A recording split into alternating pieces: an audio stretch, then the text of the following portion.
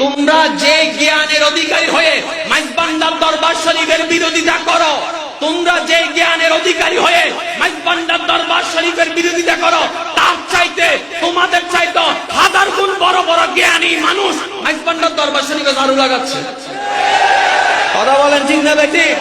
তোমরা যে জ্ঞানের বাহাদুরি করে মাইজবান্ডারের বুল ধরো, তোমাদের চাইতে বড় ওস্তাদ ওস্তাদ ওয়ালারা এখানে এসে ঝাড়ু দেয়। কিরে ভাই, একটু দয়ার জন্য।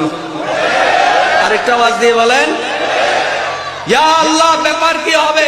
বলে যে বান্দা বুঝলা না, হাদিসটার দিকে একটু খেয়াল করে দেখো না। শাফাআতি লি আহলিল কাবায়ের মিন উম্মতি, বড় গুনাহগারের জন্য আমি নবীর সুপারিশ। বড় গুনাহগারের জন্য আমি নবীর সুপারিশ। আমি নবীকে যাত্রার জন্য মুখ বেচবো না রে।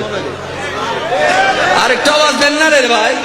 আমি নবীর রহমতের জবান কি যার জন্য খুলবো?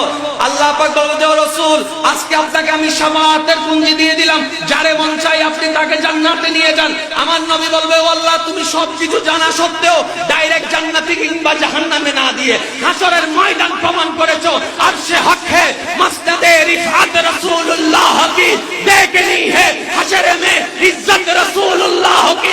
আমি রাসূলের শান বর্ণনা করার জন্য আল্লাহ তুমি হাশর পয়দা করলা, হাশর কায়েম করলা।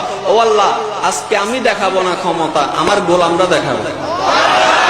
আরেকটা আওয়াজ দিয়ে বলেন, পয়েন্টটা বোঝার চেষ্টা করবেন। রাসূল যদি সুপারিশ করে, কোরআনে হাফেজ কারে সুপারিশ করবে? কথা বলেন না কেন? আমার রাসূল বলবে, মাকামে মাহমুদ আল্লাহ আমার জন্য আসীন করেছেন, আমি নবী এখানে আছি।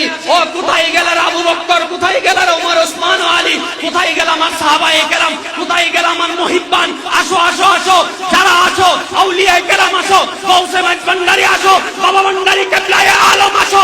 যার যারে মন চায়, যে যার মহব্বতে অন্তর্সিক্ত হয়েছে, জাহান্নামীকে জান্নাতি বানাই দাও। আমি রাসূল আসি থেকে গেল। হাদিসগুলো একটু ভালো করে উচ্চ আওয়াজে বলেন না সুবহানাল্লাহ।